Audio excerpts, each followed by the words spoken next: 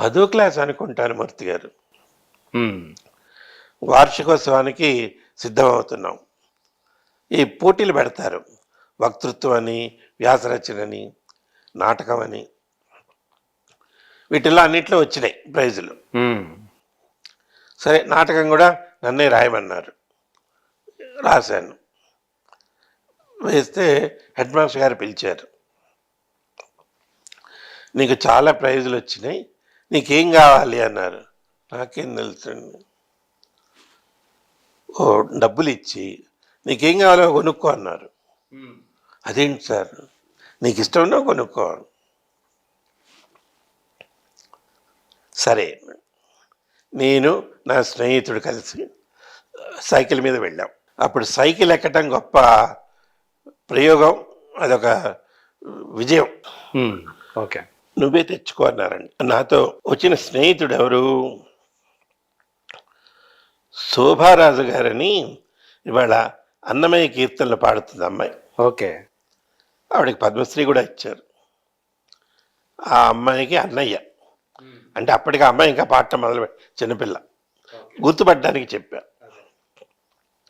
మేమిద్దరం ఒకే సైకిల్ మీద వెళ్ళి తెచ్చుకున్నవి ఏమిటి, రామకృష్ణ పరమహంస జీవితం, వివేకానందుడి చరిత్ర, వేమన శతకాలు, సుమతి శతకం, ఇలాంటి పుస్తకాలు. ఆట వస్తువులు కాదు, వేరే పుస్తకాలు తెచ్చుకున్నారు.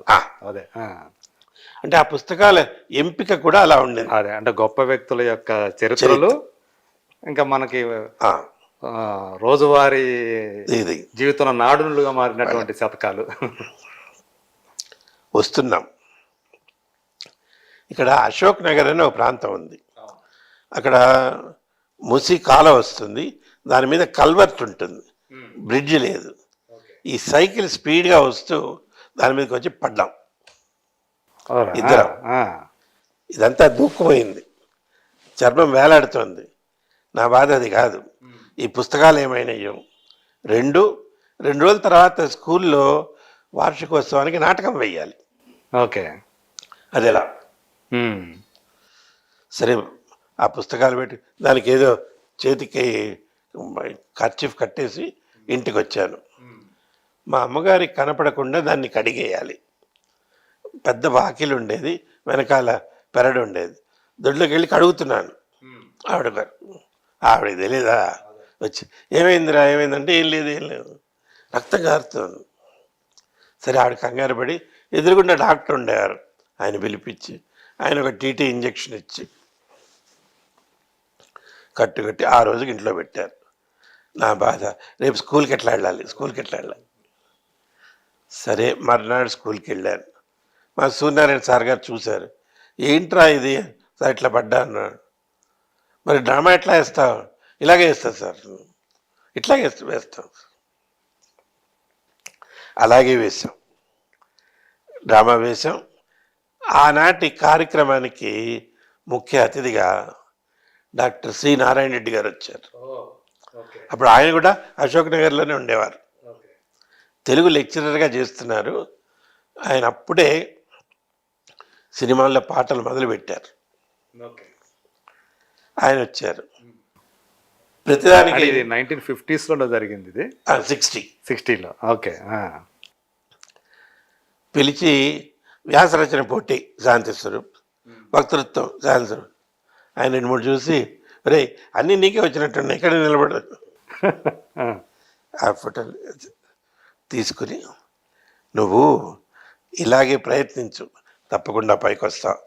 సరే సార్, అయిపోయి ఈ పుస్తకాలన్నీ ఇంటికి తెస్తే చదవనివ్వరని ఏం చేశానంటే, మా హెడ్ మాస్టర్ గారికి ఒక చిన్న పథకం చెప్పాను. సార్, లంచ్ టైంలో పిల్లలు అటు ఇటు వెళ్ళిపోతున్నారు, నేను ఒక లైబ్రరీ తెరుస్తా, వాళ్ళని వచ్చి చదువుకోమనండి. ఐడియా బాగానే ఉంది, కానీ ఎవడొస్తాడు పిల్లలు. చేస్తాను సార్. అప్పటిదాకా లైబ్రరీ లేదు. నేను స్కూల్లో ఒక రూమ్ తీసుకుని దాంట్లో నా పుస్తకాలు పెట్టి, వేరే పుస్తకాలు పెట్టించి లైబ్రరీ. ఓకే. అంటే మీ పుస్తకాలు పెట్టుకోవడానికి ఆ స్థలం కోసం ఒక 2-3 రోజులు పిల్లలు వచ్చారు. తర్వాత ఇక మళ్ళీ మామూలే. అక్కడేమైంది, మా 10వ క్లాస్లో అప్పటికి 10వ క్లాస్ 3 సార్లు రాసిన కుర్రాడు ఉండేవాడు. వాడికి ఒక గర్ల్ ఫ్రెండు. నాకు అప్పట్లో తెలియలే. వీళ్ళిద్దరు ఏం చేశారంటే, శాంతి నువ్వు ఇంటికి వెళ్ళు లంచ్కి, మేము ఇక్కడ చూసుకుంటాం. చూస్తారు కదా, నేను ఇల్లు పక్కనే గబుకుని ఇంటికి వచ్చి, నాకు ఇంకొక బలహీనత ఉండేది. ఎట్లాగైనా లంచ్ టైంలో క్యారియర్ తీసుకెళ్ళి అక్కడ తినాలి. ఓకే. చిన్న చిన్న కోరికలు. కోరికలు మా అమ్మ అక్కడ ఎందుకురా ఇంట్లో పెడతాను, వెళ్తాము. సరే ఓ రోజు కట్టించింది. నేను తీసుకొస్తే లైబ్రరీలో అప్పటికి వీళ్ళు బాల రోమాన్స్ చేస్తున్నారు. నేను మిత్రం ఎవరే ఏం చేస్తున్నారు ఇక్కడ, ఏం లేదు హెడ్ మాస్టర్ గారు చెప్పాను వేసి నువ్వు లైబ్రరీ మూసాయి, వీళ్ళు ఇట్లాంటివి చేస్తారు. లైబ్రరీ దానికి వాళ్ళకు ఆ దెబ్బకి లైబ్రరీ ఆగిపోయింది. కానీ ఆ లైబ్రరీ పుణ్యమాని, మా సూర్యనారాయణ గారి పుణ్యమాని, మాట స్పష్టంగా చెప్పాలి, అవతల వాడికి అర్థం కావాలి. అది ఎలా వచ్చింది. ఓకే, అది అన్నమాట. అసలు అది పునాది. అంత అంత ఆ భాష పట్టు రావడానికైనా, ఆ ఉచ్చారణ రావడానికైనా అలా దోహదం చేయాలన్నమాట. ఓకే. సో మీరు అంటే ఈ వార్తలు కరెక్ట్ మనకి ఈ ఉద్యోగం ఇది అని అనిపించిందా? మీరు న్యూస్ రీడర్గా స్టార్ట్ చేసి రావడానికి మీకు మీరు కోరుకున్నది అదేనా? స్పష్టంగా తెలియదు. స్కూల్లో ఉన్నప్పుడు ఏదో సాధించాలి, మనం చేసే పని 10 మందికి తెలియాలి, గుర్తింపు కావాలి. అది కూడా ఎలా, మనకున్నదే కొద్ది టాలెంట్, మనకి డబ్బు లేదు. డబ్బు ఉంటే ఏ సినిమానో తీసుకోవచ్చు. నాన్నగారు ఏం చేసేవారు? ఆయన ఇంజనీర్గా చేసేవారండి. ఓకే. 1940లోనే అమెరికా వెళ్ళి రోడ్ టెక్నాలజీ టౌన్ ప్లానింగ్లో ఎంఎస్ చేసి వచ్చారు. ఓకే. యాక్చువల్ స్వస్థలం ఏది? నందిగామ, కృష్ణా జిల్లా నందిగామ. ఓకే. కానీ ఇప్పటిదాకా నేను చూడలేదు దాన్ని. అసలు వెళ్ళలేదు, మీ పూర్వీకుల స్థలానికి వెళ్ళలేదు మీరు. ఓకే. ఎందుకంటే మీరు పుట్టి పెరిగినంతా కూడా ఇక్కడే కాబట్టి. దానికి తోడు విధి కూడా అలా కట్టేసింది. బంధువులు ఉండారా నందిగామ? ఉన్నారు. ఓకే. వాళ్ళు వస్తుంటారు మీ ఇక్కడికి? లేదు అసలు. ఏమైందంటే 57లో 1957లో నాన్నగారు అమెరికా వెళ్ళొచ్చిన తర్వాత ఇక్కడ ఉద్యోగం దొరకలేదు. అవునా? అప్పట్లోనే దొరకలేదు? అంటే ఈ ఉద్యోగం దొరక్కపోవటం అనేది ఇవాళ కొత్త కాదు. నిరుద్యోగ సమస్య అప్పటికి ఉంది. ఓకే. అప్పుడు 5% ఉంటే ఇప్పుడు 50% అంతే తేడా. ఆయన వెనక్కి వచ్చిన తర్వాత ఇక్కడ సాయిల్ మెకానిక్ రీసెర్చ్ ల్యాబ్స్ అని ఉంటాయి. అంటే భూసార పరిరక్షణ కేంద్రం, దాంట్లో డైరెక్టర్గా వచ్చింది. చేశారు. చేస్తూ చిక్కడపల్లిలో మా ఇల్లు కట్టుకుంటున్నారు. కింది అంతస్తు వేశారు.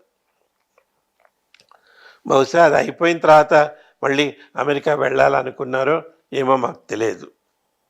నేను చిన్నవాడిని. పైన రూఫ్ వేస్తున్నారు, పడిపోయారు. నాన్నగారు పడిపోయి ఆయన దివంగతులు అయిపోయారు. ఓహో, యాక్సిడెంట్లు అట్లా అట్లా జరిగింది. ఓకే. ఇన్స్టెంట్. అంటే ఎట్లా అది రూఫ్ వేస్తున్నప్పుడు ఈయన అక్కడ ఉండారా? కూలీలు పని చేస్తున్నారు. అప్పుడు ఈ మిక్చర్స్ ఉండేవి కాదు, డంగ్ అని ఉంటుంది. అవును. దున్నపోచేత అది అది అప్పటికప్పుడు తీసి వేస్తారు. 200 మంది కూలీలు పని చేస్తున్నారు. వాళ్ళు సరిగ్గా చేస్తున్నారో లేదో అని ఈయన పైకి వెళ్ళారు. కళ్ళు తిరిగి పడిపోయారు. కింద చూసుంటారు. కింద చుట్టాను. అంతకు 2 రోజుల క్రితం ఫ్లూ జ్వరం వచ్చిందట, అమ్మ చెప్పారు. అది ఫస్ట్ టైం. ఆ ఫ్లూ వస్తే వీక్నెస్ అవుతుంది, కళ్ళు తిరుగుతాయి. అది ఏ సంవత్సరం జరిగింది? అది 57లోనే. ఓకే. అప్పుడు నేను చిన్నపిల్లాడు. నాకు నాన్నగారితో ఉన్న జ్ఞాపకం ఒక్కటే. ఆ రూఫ్ వేస్తున్న రోజు నాకు ప్రోగ్రెస్ రిపోర్ట్ ఇచ్చారు స్కూల్లో. అది తీసుకుని నేను పైకి వెళ్ళా, ఇంత ఉంటాను అనుకుంటా. ఒరే నాన్న ఎందుకు వచ్చా, నన్ను బడ్ అని పిలిచేవారట. ఒరే నాన్న బడ్ పైకి ఎందుకు వచ్చావు అంటే, నాన్న మీకు ఈ రిపోర్ట్ చూపిస్తాను. మార్కులు వచ్చినాయిరా, ఏం కావాలి అంటే, మాయాబజార్ సినిమాకి వెళ్దాం అన్నట్టు. అప్పుడు మాయాబజార్ వచ్చింది, అలాగే వెళ్దాం. మాకు కొత్త కారు ఉండేది అప్పుడు, అంటే ఆ జ్ఞాపకాలు ఫ్రెష్గా ఉంటాయి. నాకు అన్నయ్య ఉండేవాడు, అప్పుడు ఇంటర్ చదువుతున్నాడు. వాన పడేట్టుంది, సికింద్రాబాద్లో తెలిసిన వాళ్ళతో మాట్లాడాను, టార్పాలిన్ తీసుకురండి. ఫోన్ చేశాను. అప్పుడు ఫోన్లు ల్యాండ్లైన్లే, ఎక్కడో ఇంటి ఊరికో వీధికో ఒక ఫోన్ ఉంటుంది. సరే బయలుదేరాడు. నేనేంటి నాన్న, నేను కూడా అన్నయ్యతో వెళ్తా అన్నా, కొత్త కారు కదా. అదే ఎక్కి వెళ్ళాను. వెనక్కి వచ్చేటప్పుడు అంత ఆయన పడిపోయారు, ఆసుపత్రికి తీసుకెళ్ళారు. మేము వచ్చేటప్పటికి ఇంటి ముందంతా జనం. ఓకే. ఎందుకో అర్థం కాల, ఎవరు చెప్పారు నాన్న వస్తారు, కూర్చో కూర్చో కూర్చో. అప్పటి నాన్న అప్పుడు రాలేదు, ఇప్పటిదాకా రాలేదు, కేవలం జ్ఞాపకం ఒకటే. అదే. సో అట్లా చిన్నతనంలోనే మీరు తండ్రికి ఆయన ప్రేమకు దూరం అవ్వాల్సి వచ్చింది. లేదు, అమ్మ తర్వాత అన్నీ తను సర్దుకుని, తర్వాత ఏంటంటే ఆ టైంకి అమ్మ నెల తప్పి ఉంది, షీ వాజ్ ప్రెగ్నెంట్. ఓకే. అప్పుడే ఈయన పోయారు. తర్వాత తమ్ముడు పుట్టాడు ఒక 5-6 నెలలకి. మీరు ముగ్గురా మొత్తం అయితే? అన్నదమ్ములు, ఒక అన్నయ్య, మీరు, తమ్ముడు, నేను. సరే, ఒక చెల్లెలు. వాడిని పాపం పుట్టినప్పుడు వాడికి ఒంటి నిండా కూడా ఎగ్జిమా వచ్చింది. వాడు ఇట్లా ఒళ్ళో కూర్చోబెట్టుకుని మా చెల్లెలు ఆడిస్తుండేది. ఓకే. తర్వాత వాడు బాగా అయ్యాడు, చక్కగా తెల్లగా బంతిలా ఉండేవాడు. వాడు పాస్ అయ్యి స్టేట్ కోఆపరేటివ్ బ్యాంక్లో జనరల్ మేనేజర్గా చేశాడు. వాడికి హార్ట్ అటాక్ వచ్చి వాడిపోయాడు. ఓకే. అంటే ఇవన్నీ ఒక విధంగా పరీక్షలు, ఆత్మీయులు వెళ్ళిపోవటం. అవును. దానివల్ల మనకి తెలిసేది ఏంటంటే, సముద్ర ప్రవాహంలో